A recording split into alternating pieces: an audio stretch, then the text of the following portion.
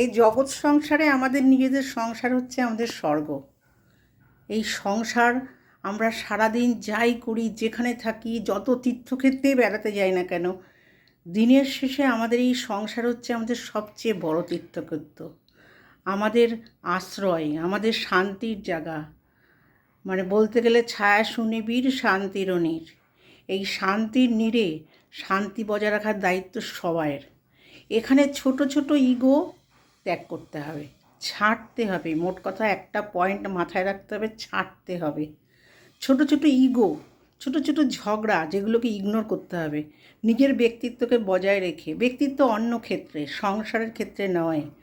সংসার স্ট্রং থাকলে আমার জীবনটা স্ট্রং থাকবে।